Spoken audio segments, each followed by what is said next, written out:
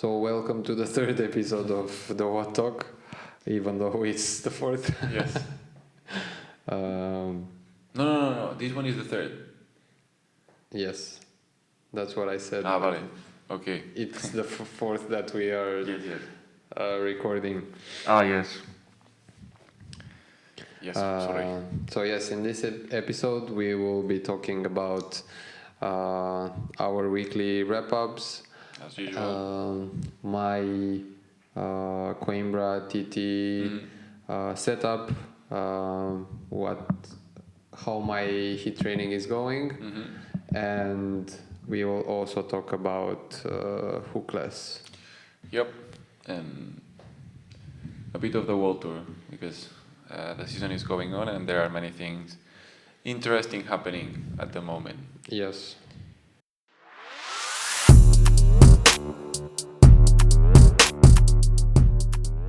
So I can start with my wrap-up. I was about to say that now that you are racing next week. Just let us know what you've been doing. Not much actually, except the heat training. I've been focusing mostly on that. It's already a big stress on the body, doing 1 to 1.5 hours with 3 jackets on. But yeah, besides that, I also had a high intensity, medium kind of session. So it was a 30-15s classic one, 3x10. Just to keep my VO2 max constant.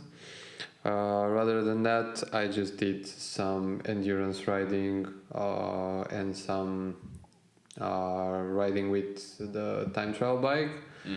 Really easy, but in a really shrugged position, as low as possible, just focusing on the position. And that was the focus of this week for me. You also told me that you wanted to reduce the load. Yeah, I actually tried, but doing at least 1 hour, 1.5 hours per day in HIIT training, even though I mostly took 3 days off the bike, outside, I still did like 19 to 20 hours. Yeah.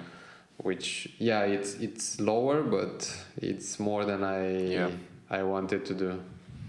Well, we also went on Friday for a bit of a long one, even though you left earlier.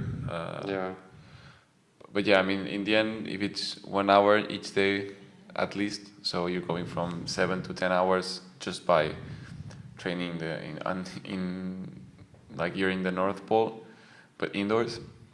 I did like 9 hours indoor. Yeah. And if you end up going for a 2-hour ride outside, then you have 3 hours for the day. Yeah, so 3 to 3.5 at least. Yeah. Each day, which is a long ride from a stress perspective. And it's just 1 week more to go, and focusing on HIIT training, tapering as well.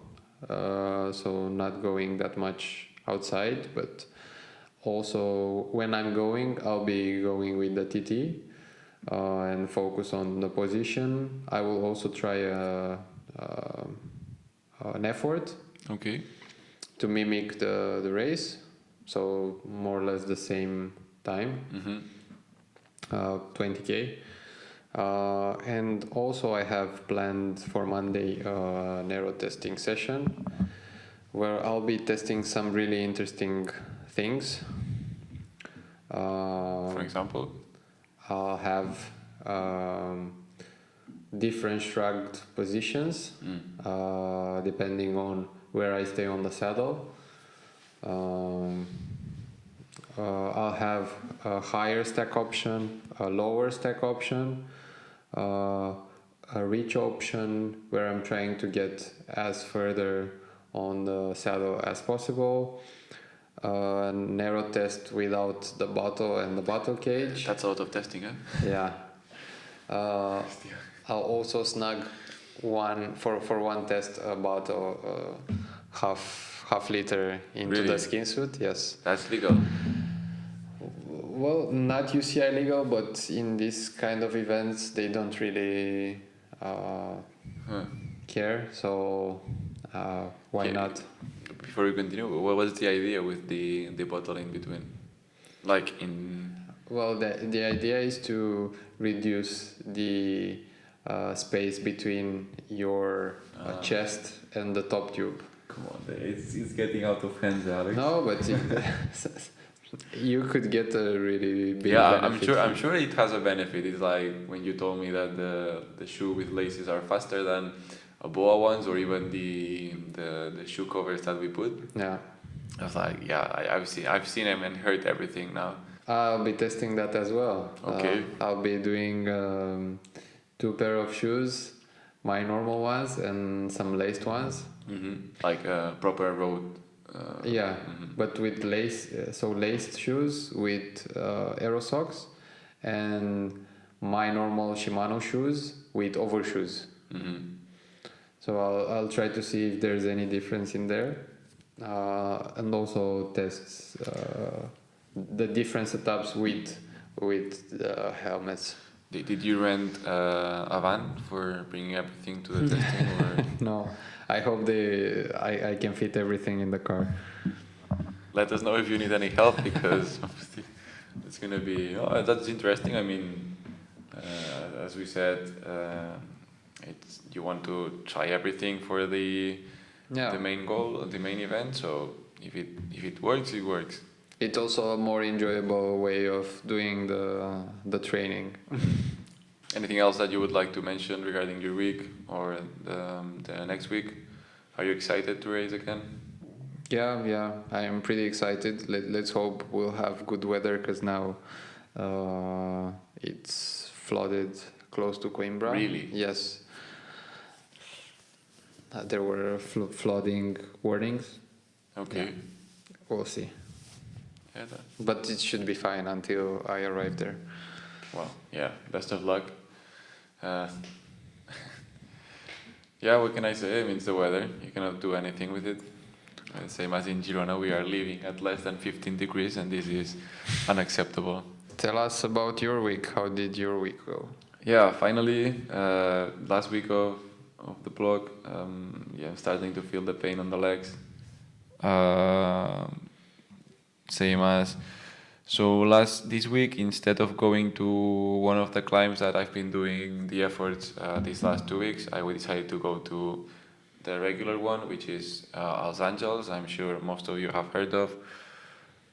It's a really famous climb here in Girona, and I went to one of the sides of it that's really steep. And actually, I was able to get a really good stress on my VO2. A 10 RP. Yeah, 10 RP. Almost. I had been. I wrote to you like, okay, I'm really happy about this session, because I was really, really struggling. Like, I felt finally that my VO2 was suffering a lot. Yeah, I mean, in the end, it's like 300 normalized power for 2.5 hours, but the feeling here was really, really hard. And I was telling you like the previous weeks, like I feel like I remember in summer that I was suffering way more, and I feel like these last 2 weeks I haven't suffered enough. And this Tuesday, I was really happy with myself. I had to push a bit more in some intervals, as we said, like that I feel like I maybe need to go over 500, 510, which that is where while my legs are suffering a lot. Knowing that this was the last week, I said just overdo it a bit and see how you feel. And honestly, I'm really happy about it. Again, then on Thursday, it was my TT effort. As you mentioned in the last podcast, you wanted the effort to be slightly longer.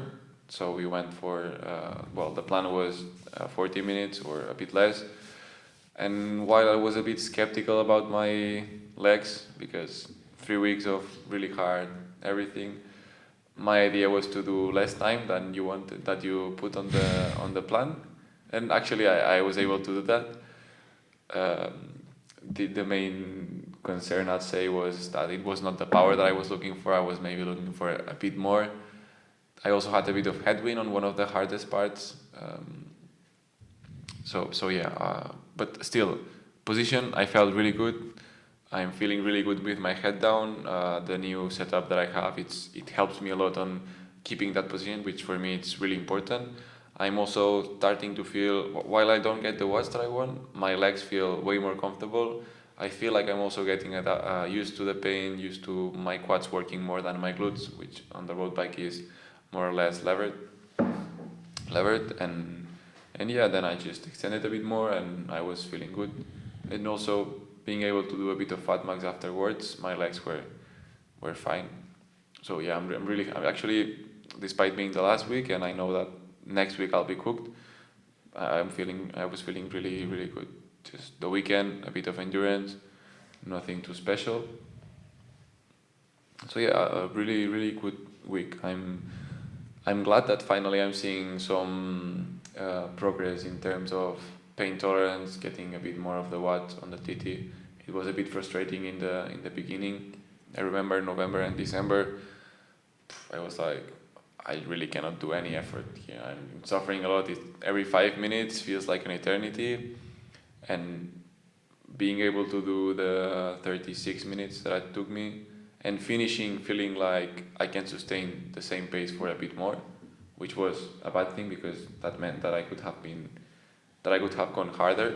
Yeah. But also, like, if the TT was to be 40 to 50k, honestly, that was a really good pace, and I felt really really good. Yeah, that's a fast wrap up, but yeah, really good, really good, really really happy, and we'll see what next week. It's gonna be easy. Yes. Focusing on recovery, rest, and you also have a race simulation. Yeah, it's a small social event that's organized by a clothing company here in Girona. It's surprisingly it's a time trial event, so it's probably the first one that's been here. So yeah, just bringing the TT and seeing how can I sustain the pain and how everything goes. Your opportunity to go full Yeah. gas. Finally, but when it comes and you don't want it to come. Yes. There was one thing I want to mention, but it went away, so it wasn't important. Okay. No, yeah, I'm really happy. That's it. And still doing over 20 hours. Yes, I do feel like lowering my zone to watts and going easier on the days that I have to go easier now it's starting to pay off. So it's been 3 weeks that I've been doing it consistently. Like, for example, on Friday we went for a 5-hour ride, and my average power was 203, which is really low for me, like averaging zone 1. But yeah, on Saturday I was still fatigued. I can feel it in my legs, but when I have to push, I can push, and for me that's really really important. So yeah, I'll keep with this idea, and because I want to be able to be strong for the efforts. I don't need to push, so it's fine. Like, I just want to do the hours for the endurance. I don't care about the watts. Mental progress. So yeah, that was actually my week. We'll see. I still have. So we have the first time trial in a month and a half. Yeah. Yeah, more what? Yeah, in a month and a half. We still have to decide if it's going to be TT or a road bike, but It's gonna be TT. uh, Just for the sake of staying in the yeah, position. that would make sense. But yeah, while it's not my main event, it's we'll start to have some fitness to that. I think I already have some good fatigue resistance, some really good position. I'm getting used to everything, and yeah, You're getting there step Yeah. by step. yeah. Now that we finished with the wrap-ups, one of the questions that was asked a couple of 3 times, it's your setup. We'll add a picture of you if your girlfriend can take a picture of you on the setup entirely, so we can see you. Like, I know your setup, but if you want to give us an explanation of maybe even guide us through the evolution of your setup since you've changed your bike. So Yeah. let's say since you have the ship, you've changed many things. So I'll be going there with my TT bike, which is a Shift TT disc. I'll be using the new aero bars from Aero Coach, which have the inwards grippers, which are really, really nice. And there's a reason why they are inwards. Yes, it's actually because that's the fastest position for your hands. Aero Coach, they have some tests on their website, which are open to public.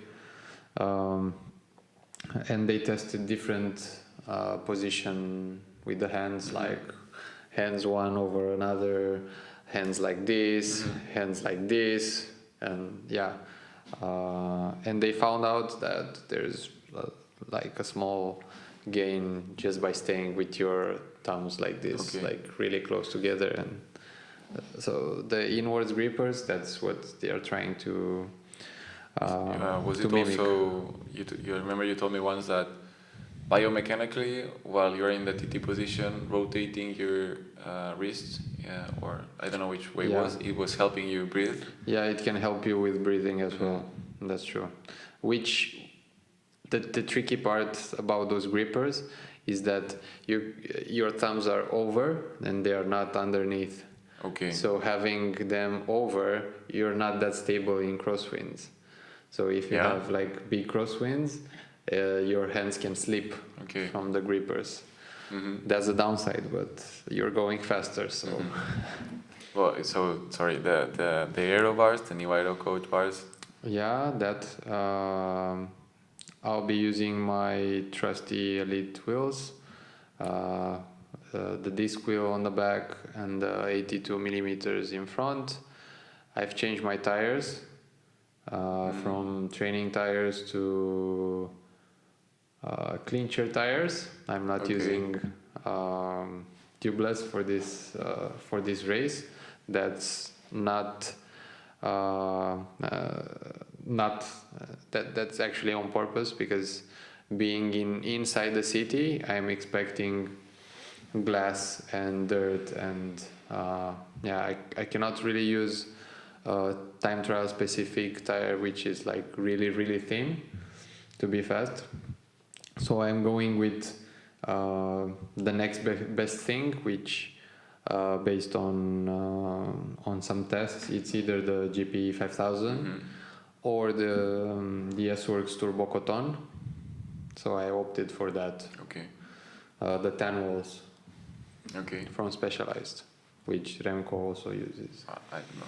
So I've set them up with latex inner tubes. That was my next question. Yeah, 26 in the front, because my outside rim diameter is like 28, and they measure 27 right now with 26. And in the back I just put a 28 for comfort and grip. You already know your helmet? Yeah, my current best performer is the TT5, the S-Works. I think I'll stick with that for this race. Also, I'll confirm that in the next aero testing on Monday. But yeah, should be pretty similar from what I've seen in the Gatsby tunnel with the Giro, the new Giro Arrowhead. Also, I'll be using the Velotech Pro 8 Plus, which is optimized for over 45k an hour. So in theory, that should be faster than the older model. I'll be testing that and the older one with the bra on Monday as well, just to... The older one is the one you used for last year? No, it's the Pro 8, which is less textured. Okay. The one in black? Yes, the black one.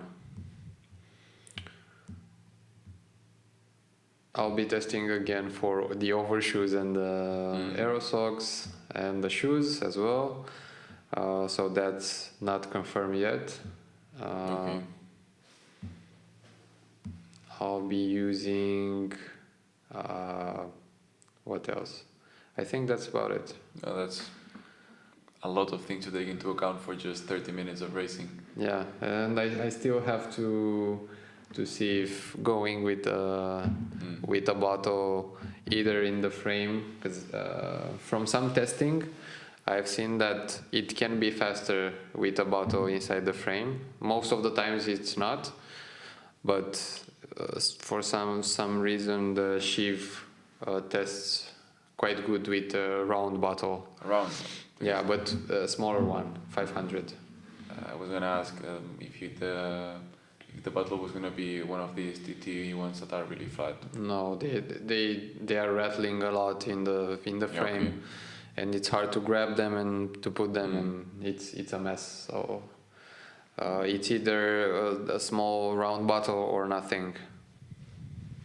I'll be using 56 chainring for my gearing and the 1028 cassette, which gets me on the 14th sprocket for the power for the speed that I'm aiming for, which is 48 k an hour and 95 cadence, which we discussed in the first podcast.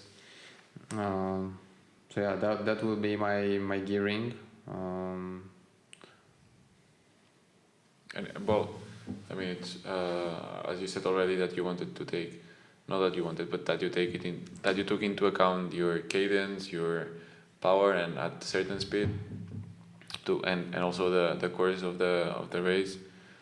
Yeah. Well, another thing that would be interesting is, and while you still haven't done the recon, you more or less have an idea of the segment of the race course. Do you have any plan on pacing? Do you have any?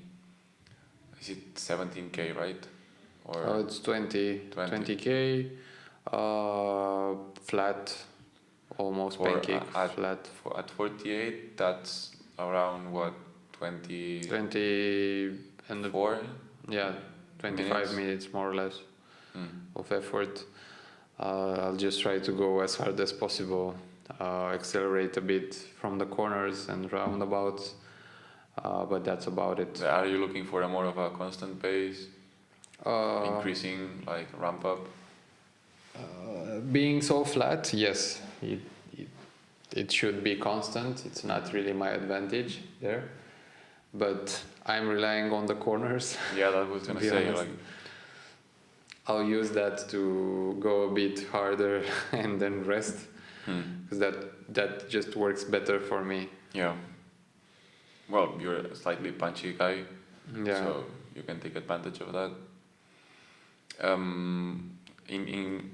In the roundabouts, it's when we train, we always have cars, so it's different on a race because you can stick in the handlebars and just go like as fast as possible in the roundabout. But going at 60. Yeah, it's not that easy. It depends on the roundabout. roundabout. That's why I was like, yeah, maybe it's not worth it for your own sake.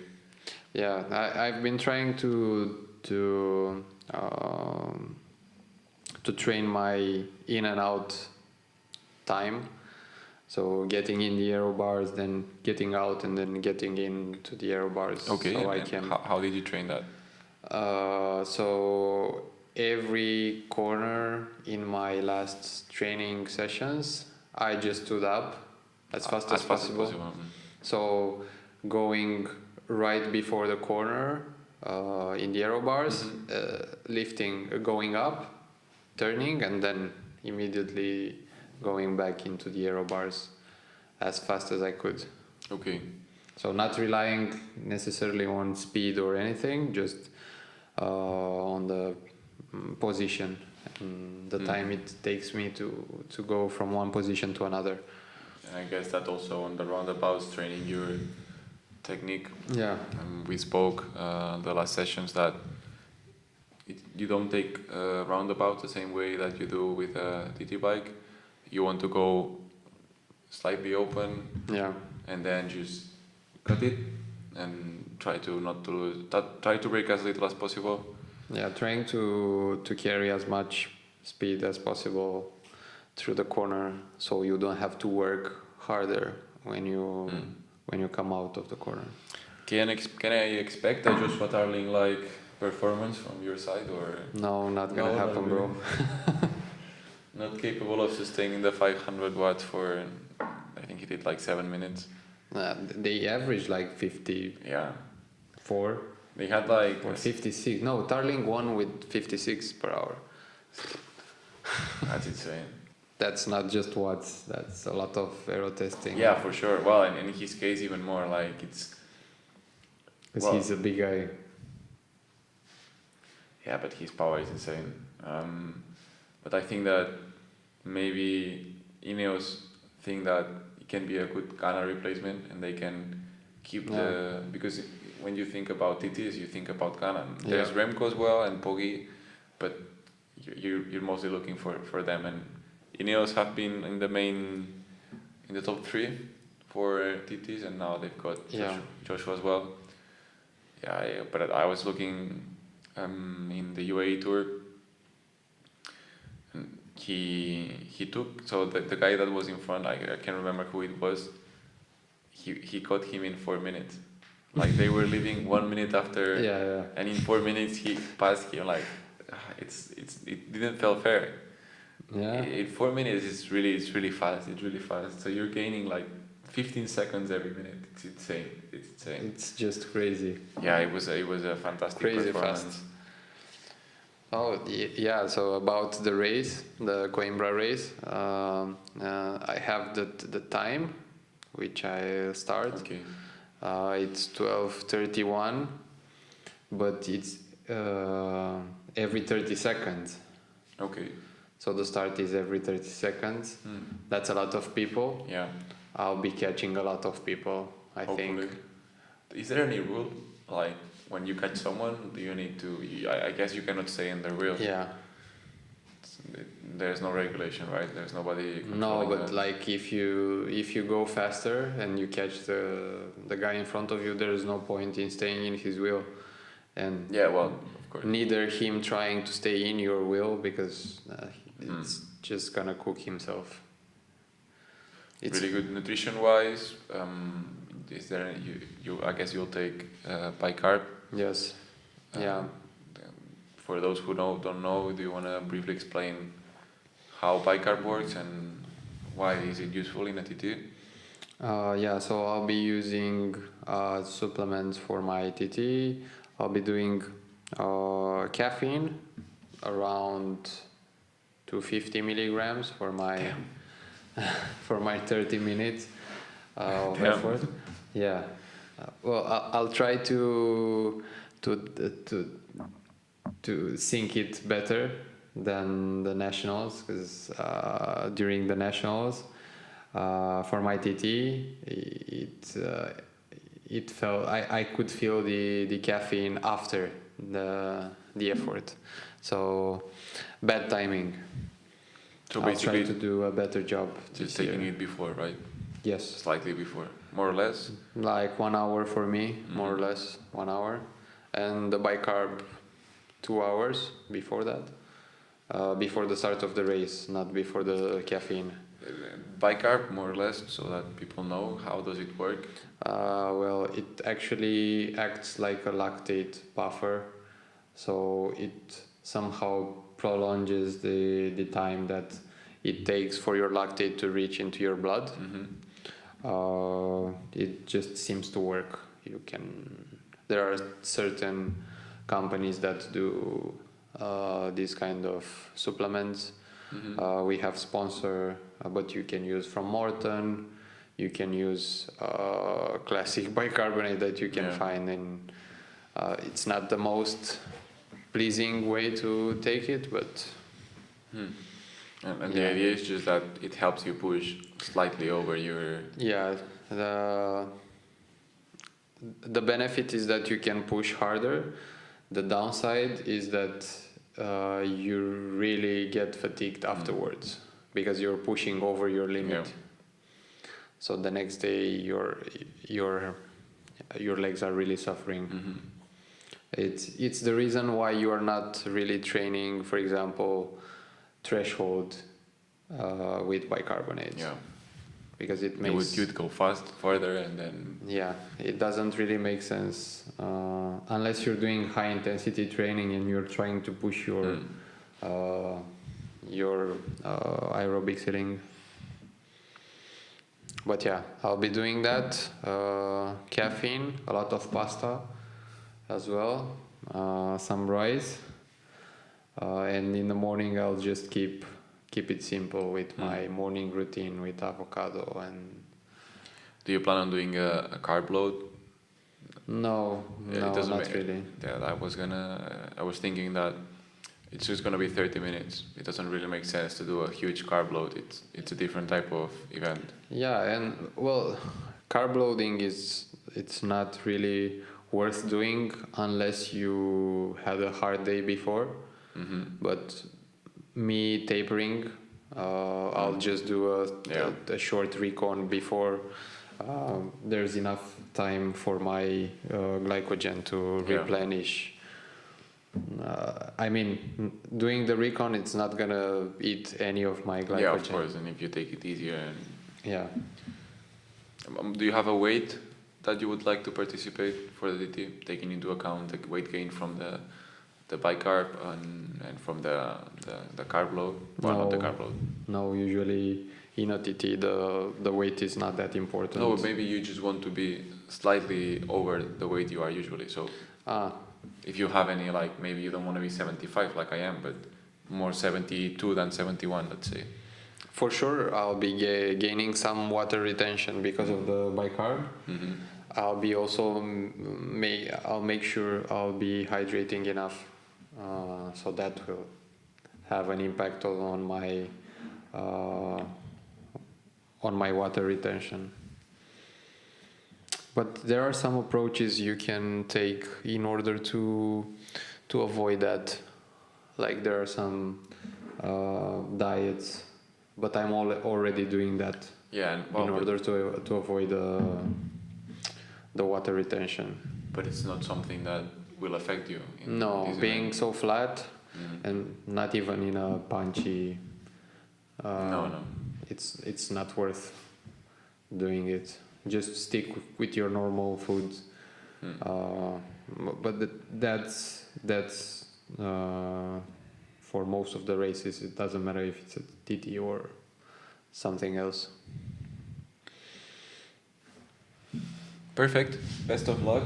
Well, I'll still see you in a couple of days, but. Muchísimas gracias. So yeah, well, hopefully the next time we record, you come here with a medal. You'll receive a medal, right? I don't know. I think the UCI thinks they give you a medal, but we'll see. Muy bien. One of the topics that you wanted to bring was the hookless debate that we've been having for months now, and you have finally had your chance this last week or this week with one of the UAE riders. I'm sure everyone has seen the video. I'd rather not put the video of the crash here. Well, I think you can add just like a photo of the frame. For those who don't know, in the UAE tour, in the UAE train, I don't know, who was it? I don't remember exactly who it was, but I think it's not one of the main riders, but basically the Envy UAE are riding with Envy, and Envy the SES version are made with hookless rims. That means that basically you don't have a hook. You don't have a hook that keeps the tire, that makes sure the tire. If you are running tubeless, I think that's fine. But still, if the wheel blows, it has high chances of going everything out. Yeah, and I really think it happened because of the high temperatures in UAE. Yeah. Because having a really high temperature will increase the tire volume, so that increases the tire pressure. So if they went, for example, they started the race with 60 psi or 70, because the limit is at 73. But that's already a lot. I think I'm using 5.5 psa, no bars. And 70 would be nearly 6, I think. No, it's roughly the same. So yeah, if I'm running 5.5 here in Girona, and even in summer I go with 5.2. It's 80. Actually. It's 80. Yes, 5.5. So yeah, but that's So in 40 degrees temperature, for sure, it's even, and after it gets to 90. Well, and in the pavement that's been heated for so many hours, and after rolling because it was mid towards the end of the ride. Yeah, but at least no big things. He didn't break anything. Yeah. And Poggi was this close from crashing. But yeah, well, it aside from the issue, it's something that UCI will most likely remove at some point. It's becoming a bit of an issue at the moment. Yeah, my personal opinion is that it's not the safest setup at the moment. Just because the weather can affect the tire pressure. So well, not even the weather. If you go out and you're used to training at sea level and you go up, then you also need to take that into account. Yes. So yeah, it's important to know what you have. Yeah, because you don't want a tire blowout going on an alpine descent at 80 to 100 they were going already really fast. Yes. He was actually really lucky. Yeah. Well, aside from that, I haven't heard any news from UCI saying if they want to change anything, if they want to. It will happen at some point, probably. But what do you think? You have the same wheels. What can I say? From all the floods I've had, I've been lucky enough not to have any issue. I don't know. It's always like I don't want to live with fear. Let's leave it like that. The wheels are exceptional. It's something that I don't know. So honestly, it's just making me more conscious about pressure, because it's something that it's really easily forgotten. You just put the pressure that the tires or the manufacturer tells you, and you forget. And now that I'm contemplating on going to do some altitude training in summer, yeah, that's something that I'll take a lot into account. And especially I'm training for an event, I don't want to have any kind of issues because of something as stupid as that. If I end up going to Andorra, it's also really hot, so if I'm staying at 2000 elevation, then just taking that into account. So you might have to check the tire pressure before constantly, and it's fine. And also maybe not inflating them like you used to do in Girona. No, of course, I think that's maybe the good thing, if I have to see the bright side of it, that I'm becoming more conscious of something that I never really paid attention to. Yeah. In the end, I'm guess on the darker side because I'm running inner tubes, not tubeless. I know it's bad. The worst part is putting the tubeless ready tires. That's like 30 minutes for tire. Now I've gotten used to it, and I have a bit the trick to make it faster, but that's a mess. It's the only issue I have with the tires. But now that I have white stickers and the wheels have increased in value, I don't know. I honestly don't know. I guess that it's one of these things that not until you have the issue, you will not care. So hopefully, fingers crossed, I never have any kind of issue. And yeah, I don't really know what else I can say. It's just now that it has happened in Poggi's team, and Poggi was really close, I think it will gain more attention. Yeah. Not only for UCI but also for the fans, because since Poggi's been using the NV wheels, they have gained a lot of popularity. I actually got mine in 2022, so just after Poggy's blow. Well, Jonas won the 2 upcoming tours, but still. Um, so yeah, honestly, it's just hope that I don't have an issue, and for sure that the next wheel set that I get, it won't be hookless. That's yeah.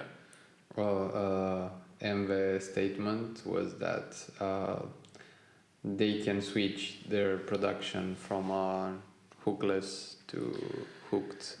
But let's say that UCI cancels these kind of wheels, and if I call the NV manufacturer and I tell them, hey, due to safety concerns, I want to change my wheels, now they will tell me, yeah, just pay for 1,000 and Yeah. well, best of luck. So, and the other concern is that once the UCI regulations go like, yeah, no more hookless, if you then want to sell your wheel set, chances that you cannot get as much money back as you would if they were safer, and that would also drop. But if I end up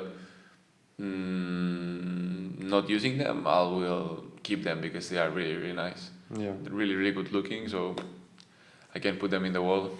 Maybe some decoration here. Yes, they could work for the Yeah. podcast.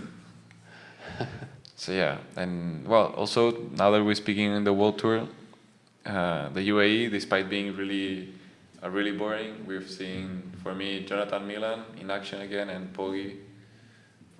Yeah, Poggi is doing his things. Did you see his attack from yesterday when Yeah. the peloton was sleeping? He was like, go. Yeah. I don't know. He's preparing for the first classic. Yeah. He did 100, and now maybe he does 150. I don't know. We'll see. I'm really looking forward to the season. Well, it's already started, but the actual season. In my case, I really like road cycling. I'm not the biggest fan of CX or anything that comes before the Grand Tours, and yeah, just wishing that Strade Bianche starts as soon as possible. Yeah, that's a good event. And just see. We also saw a video a couple of weeks ago from Poggi training in Yes, in the cobblestones in Paris-Roubaix. in Paris-Roubaix. So Yes. he's going to Paris-Roubaix as well. That's also like a really good race for him. Well, for him it is. And I was speaking with a friend the other day, like, I just really wish that neither Jonas and him have any issues, and they can get into the World Tour, in their best shape, like into the Tour de France. I meant in the best shape. It's gonna be so interesting. It's gonna be so. This last year was already incredible, seeing not only Jonas' performance despite his injuries, but also like Poggi's level was fantastic. We'll speak about the tours when they start to come, but yeah, I'm already excited thinking about it. Actually, one of the things that I also saw in the UAE tour, it's nearly all of the pro riders just using the core sensor. Yeah. How is it going? Well, funny that you mentioned it. It's getting harder and harder to get a good stress in the core sensor app. I'm already at 3 layers. So a good stress, meaning the score they give you regarding their estimation of you being adapted, right? Yeah, so in order to get a good stress score, you first have to get to a certain temperature. Yeah. So the zone 1 is up until 38, I think, or 38.1. After that, it's zone 2, which is like the minimum HIIT training that you can do. And from 38.5, it's higher zone. It's zone 3, which is like the higher stress. So it's the 3 zones only. No, it's four zones, but the 4th one is already dangerous. Okay. So you don't want to get into the 4th one. You want to stay as much as possible in the 3rd one. Okay. So in order to get there, not only that it takes me double the time, but it also takes me triple the layer. So I started with just a jacket. Now I'm doing an insulation level type of jacket. Okay, right. So like a long sleeve with insulation. Then the rain jacket, and then a hoodie with merino. And even wearing that, it takes me like at least half an hour to get to the third zone. Well, we had a bit of a technical issue. One of the cameras ran out of memory. It was a bit unexpected, and it happened at the same time that one of the lights went out. But yeah, we luckily we didn't lose much of the podcast. There's a small part that we will not be able to recover, but aside from that, that's for today's episode. Next week you'll be racing. Best of luck. And we also have a very special podcast. We're starting one of the series. So yeah, make sure to stay tuned, like and subscribe if possible, and you have the time. And you have our socials in the description if you wanna follow us on Strava and see how Alex performs in Coimbra, as well as my training. And yeah, adeu.